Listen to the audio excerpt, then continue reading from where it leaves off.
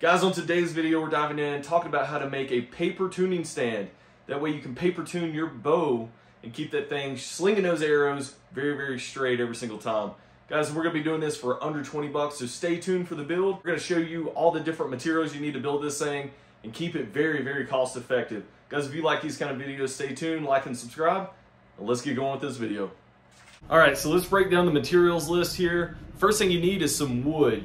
So what this is just a 2x2 furring strip. And I went with the 2x2, that way when we go to drill the 3/4 inch hole for the dowel rod to go through, it's gonna have plenty of reinforcement around that hole, so it's not gonna break off. If we were to use a 1x2, you know, it may work, but it's not gonna be as stable and sturdy as a hole as it's gonna be if we use this 2x2 all the way around. So what we did, we bought 3 of these for $2.50 a piece.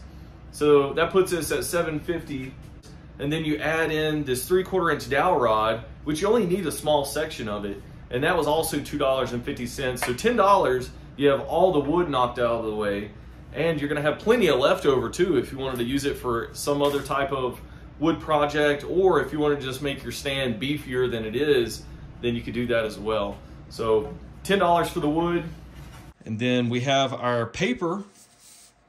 And this is like a little trick right here. Go to Harbor Freight and pick up some of this painter's paper. You know, they use this to kind of tape off stuff so they don't get paint on things. But this was only $5. If you go get archery paper, it's gonna run anywhere from 15 to 20 bucks for the same type of roll.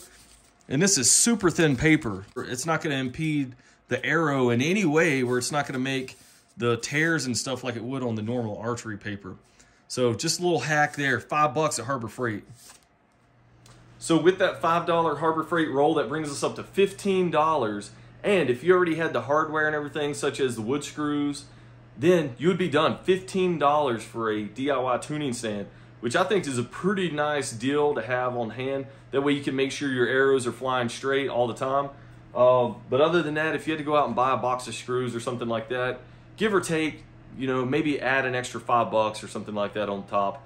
But not bad, 20 bucks, you can still have an awesome DIY project. Okay, as far as tools go, you know, you're probably gonna need a drill with some different bits. I use this bit right here to drill through, make some pilot holes, and also make the holes on the ends of the dowel rods that we're gonna talk about to actually keep that in place from sliding around. And then I have a 3/4 inch wood drill bit right here to make the holes in the post. That way the dowel rod can go through. So hopefully you got a drill on hand. And if you don't, it might be a good time to go out and buy one. And then lastly, all you need is a hand saw or some type of saw. I picked this up at Harbor Freight for like 10 bucks back in the day. And I've had this thing for probably 8 to 10 years. And you can tell how much use I've got out of this. Because I don't do too many projects, but the projects I do, they don't require too much sawing. So minimal tools to get this project done. All right, guys, that is all for the materials and tools. Let's dive into building this thing. I think you're really gonna like this. It's gonna be really cost effective for you. All right, so this is everything cut up already. I saved you guys the burden of having to watch me saw this stuff up. But what we have here, we have our 2 horizontal feet. They're gonna be the base of this thing and then the middle piece. And what I've done, I've cut this one to 15 inches and I've cut the other ones to 18 inches. So you could go longer with these to make it more stable, but where I'm gonna have this in my garage, I wanted it to be pretty compact so, you know, I'm not tripping over the feet and stuff when it's kind of pushed off to the side. Other than that, we have the long strips here, and these are cut to 5.5 feet long, and that's gonna be the vertical sections. And all we're using is just some wood screws, and you can tell I've used these before. I pulled them out of some kind of project. I can't remember what it was, but you don't have to get too fancy with what kind of hardware you're using. I'm just using some old screws that I'm going to be reusing.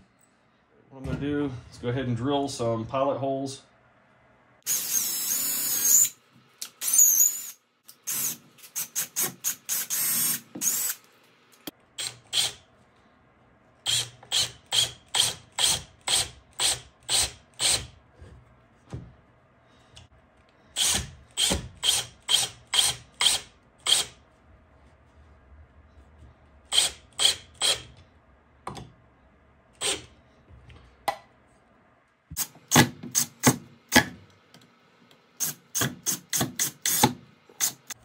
right, there we go.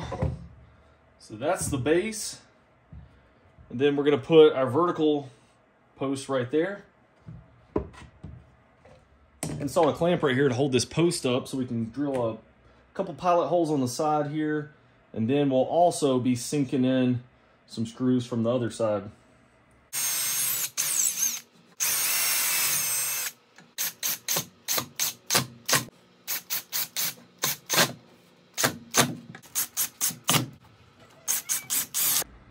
All right, that's what it looks like. We got the base done. We got it all secured. Went ahead and added this one to the top. That way we could add more rigidity to the frame. And I think it's gonna work out pretty good overall. I think what I'm gonna do is I'm either gonna get some heavy duty thumbtacks. That way I can just, when we raise up the paper, I can either push it in up here to keep it tight at the top, or I can use this little staple gun and we can do that way. But I guess either way you could get creative. All right, 3/4 of an inch wood drill bit right here. Should do the trick. Try to center this up as best I can.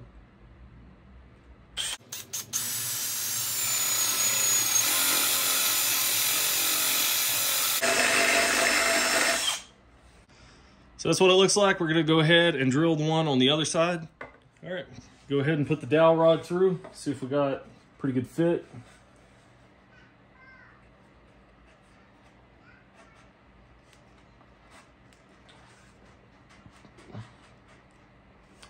All right, good enough. That works pretty good.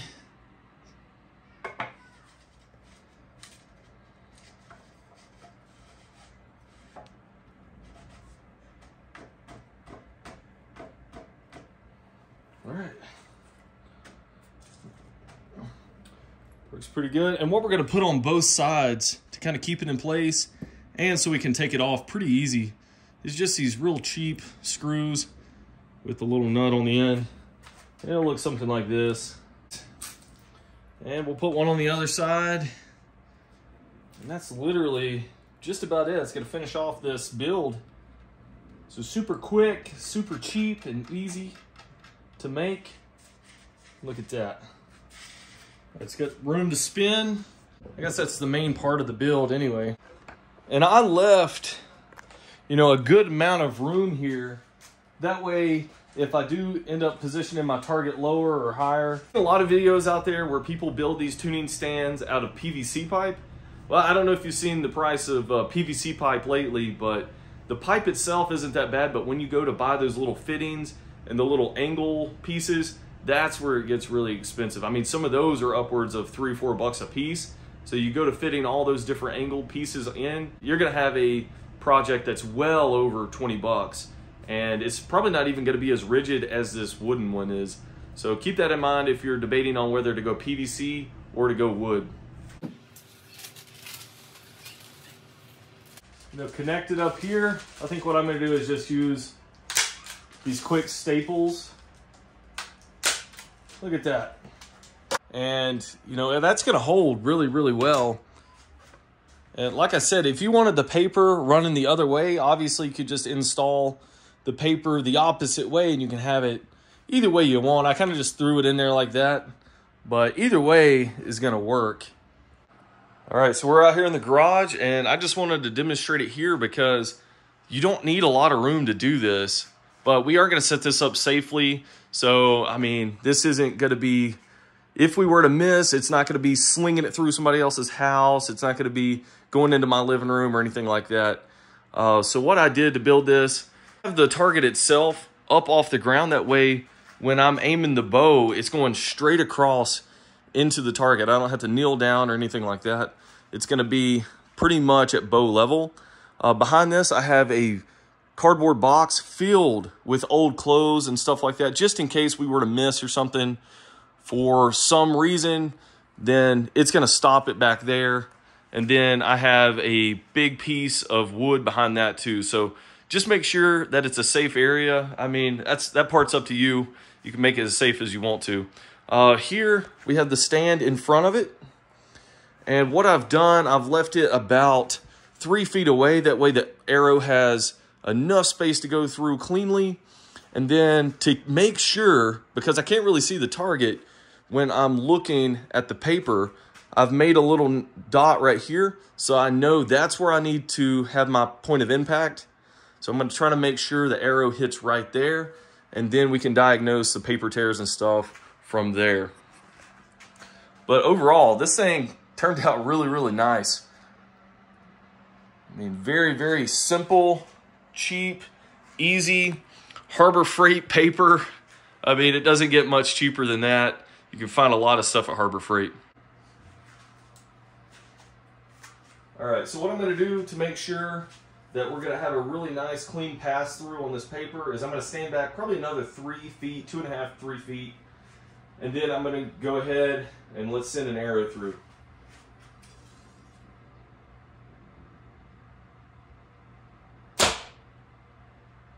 All right, so we got our tear. Looks pretty good so far, and this is the first time I've shot this thing since I think I've even put this new rest on, so that's not a bad tear there. But check out a future video. I'm gonna go through explaining what the different tears and stuff mean, so you can diagnose where you need to actually put your rest at. So I'm gonna aim just a little bit above. All right, that right there was a really nice tear.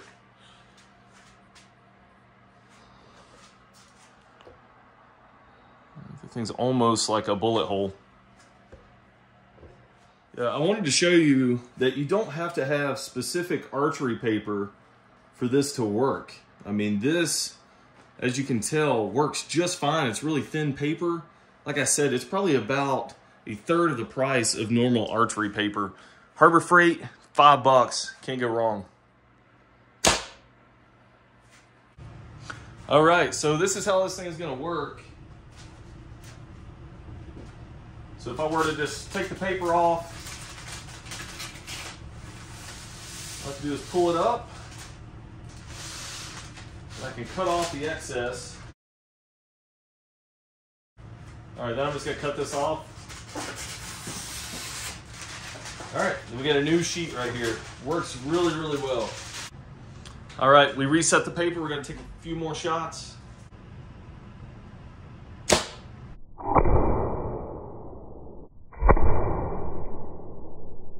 All right, guys, I hope you like this video of how to make the DIY bow tuning stand. So if you're looking for a cheap alternative to taking your bow to a bow shop and getting that thing tuned up, well, this is gonna be that cheap alternative that you can go to. So you can do this throughout the season, off season, whatever, to keep your bow in spec and make sure it's slinging those arrows straight every single time.